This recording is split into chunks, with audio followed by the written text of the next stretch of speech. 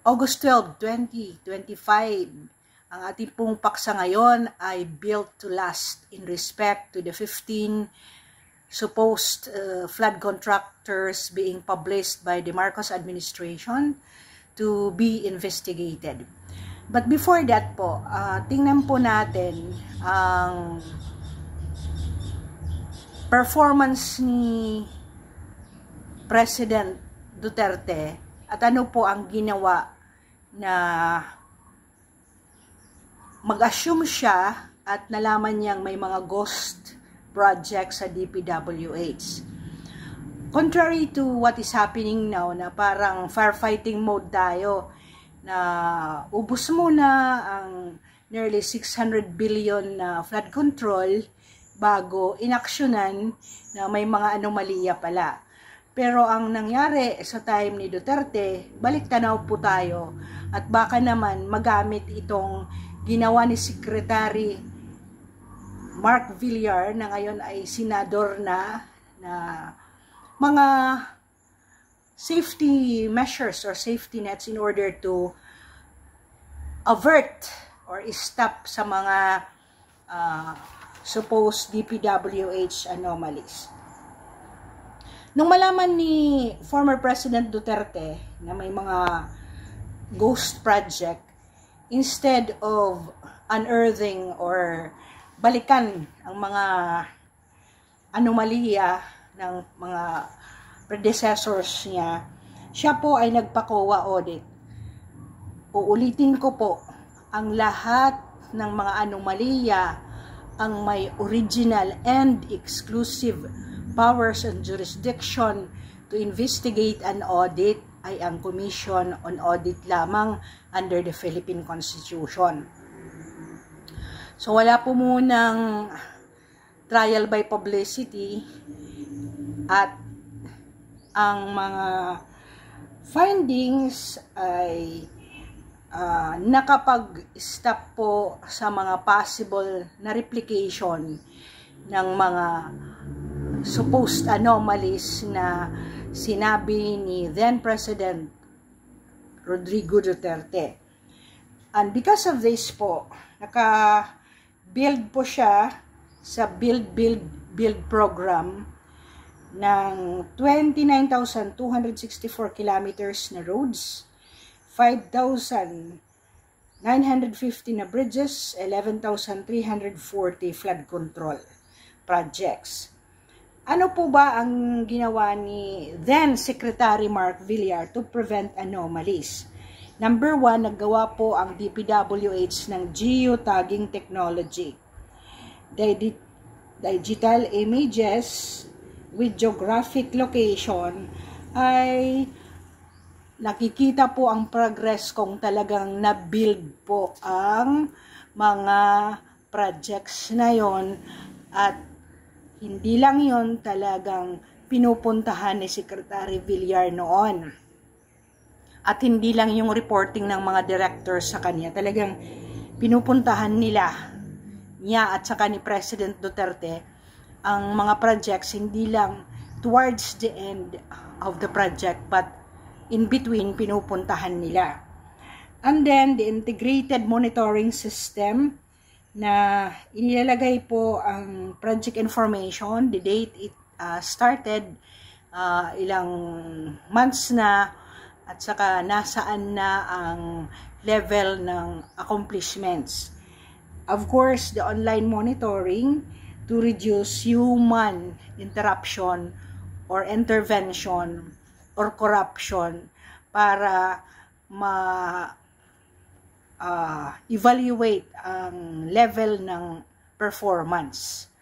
So, balikan po natin ang mga build programs na yon na baka naman instead of immediately saying na may anomalous nga, sana bigyan din natin ano ang mga prospective na pwede pang gawin natin na hindi na mangyari ulit yon, and replicate success stories na nagawa ni Senator Villar nung nasa DPWH pa siya as secretary. If you remember, talagang sinabi yun ni then President Rodrigo Duterte na ayaw niya yung anomalya, ayaw niya yung corruption within the system on his time. Kaya ayokong i-integrate pa dito, pero meron na tayong makikitang ilang bang DPWH ang talagang may mga kaso sa ombudsman at saka sa mga corruption mismo na mga nangyari sa time ni Duterte.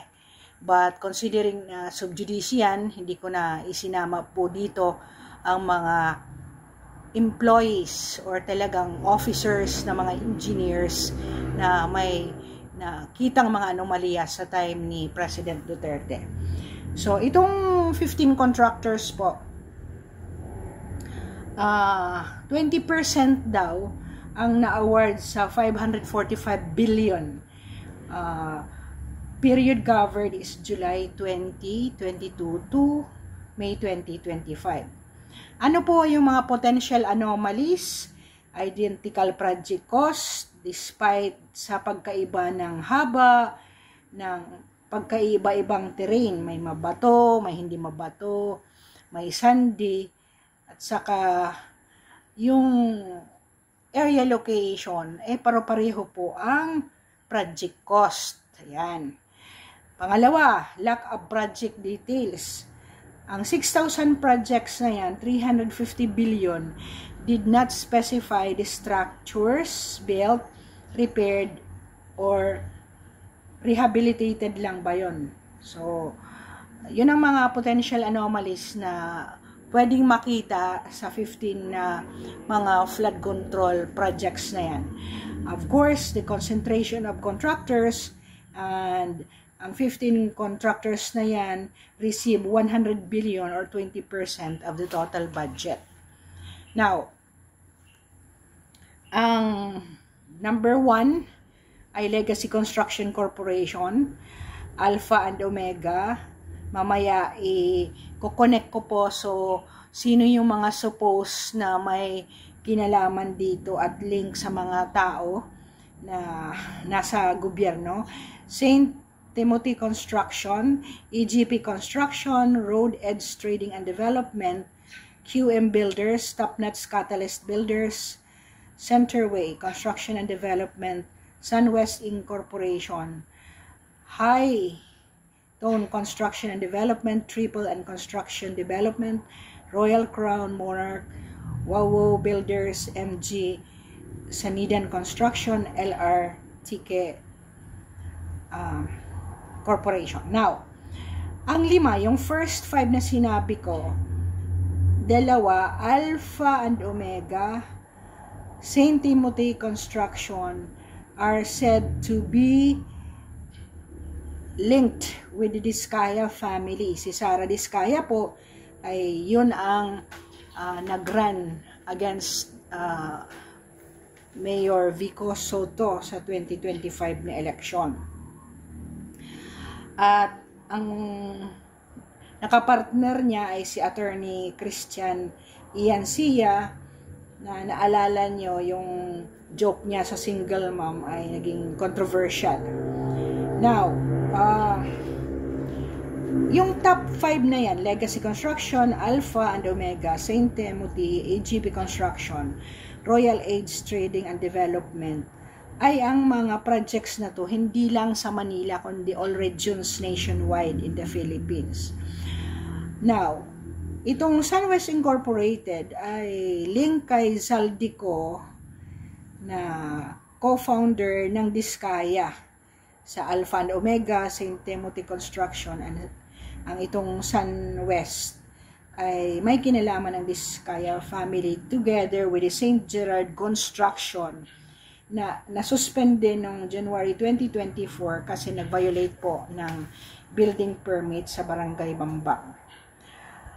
Ang sinasabi ni Mayor Soto na systemic po ang corruption dahil sa procurement irregularities, mga kickback, 50% ng hidden fees ay pumupunta sa kung saang mga congressman, underpayment of business taxes, kasi nga napakalakas ng mga ito sa mga politiko. So, thank you for listening. We monitor at sana bago pa man sana noong 2022, inaral na ng administrasyon na ito ang mga success stories, and these success stories should have been replicated. Ang susunod siguro na presidente, wag naman sigurong automatic na hindian ang mga nakaupo. Pakinggan niya kung ano ang mga naging success stories sa administration na yon. Ang dami sanang magagandang success stories ni President Duterte at na-replicate sana at naging patuloy yun, yung continuity ng vision ng Duterte administration, na yun yung sinasabi ni VP Sara, hindi natuloy and nadismaya siya. So, thank you again. If you have seen it, Dr. Cummins at your service, inilagay ko na po ang family portrait namin para makita nyo ang aking pamilya, introducing to you, pero napaka-private ko po. Ayoko sanang ipakita yung mga to.